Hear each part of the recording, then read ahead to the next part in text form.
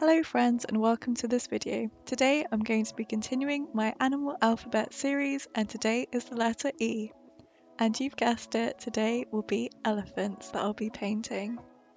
To change things up a bit, I actually decided to draw two elephants today as I found this adorable photo of a mum and baby and it was just too irresistible not to paint. I started off this painting by focusing on the eye area and getting those deep wrinkles, and then I decided to work on this painting grid by grid as you'll see me work downwards towards the trunk, as I just found that with all this grey it was just a lot easier to work in sections like this. Using a grid to help with my painting process is often quite helpful as I'm able to just look at an individual square and focus on the different colours I can see in that particular square rather than getting overwhelmed with all the different shades of grey in this particular painting.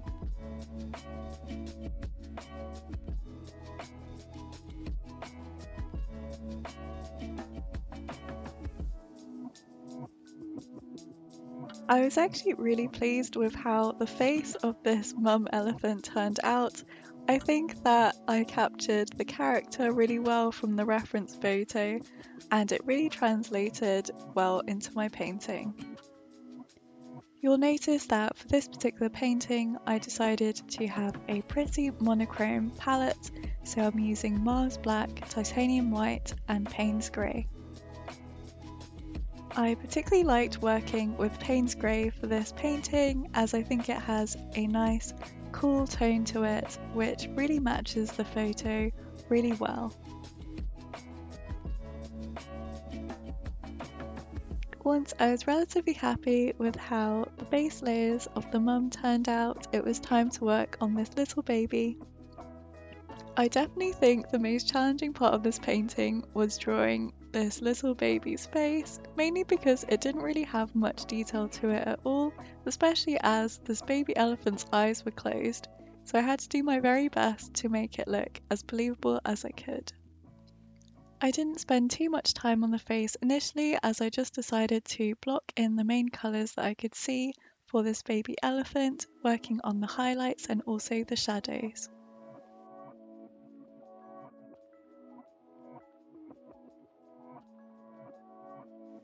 I think a real key aspect of making this little elephant look believable was really capturing those little wrinkles as well as where the light catched the skin of this elephant. So making those contrasts between the dark shadows of the wrinkles and the highlights of the wrinkles was really important to make sure that they looked quite deep and believable. I really loved the particular pose of this baby elephant as it looked like it was mid-walking and trying to stay very close to its mum. There's something about baby animals that are just too adorable. I added some final details to this little elephant by adding some highlights and working on its little toes, and then once I was happy with the baby elephant, I then began working on the mother elephant once again.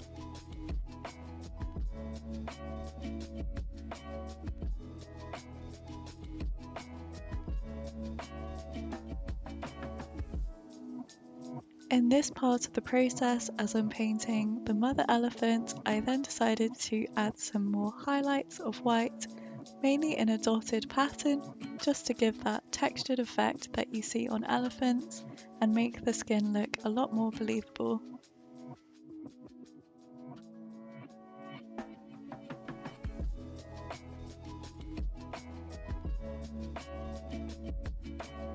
Next up was to make sure that trunk really looked believable, so again going in with dark shadows and bright highlights to emphasize those deep wrinkles on this elephant's nose. As I was creating this painting, I really enjoyed the challenge of trying to create a realistic look for this elephant's skin, mainly because it's very different to other animal skin where you have fur, etc. But elephant skin is quite complex with their wrinkles and their texture and also the smooth parts of their body, so trying to capture the essence of their skin was really an intriguing challenge. It was also really enjoyable working with this monochrome palette as I could really practice where I could see shadows and highlights, whereas in other paintings I'm often focused on the different colours as well as the shading, so it's nice to take a step back and just focus on highlights and shadows for this particular painting.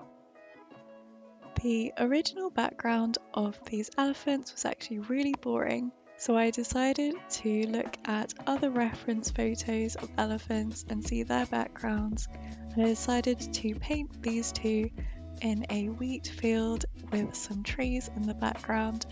So in order to create this, I'm using tones of beige and this olive toned green in the background.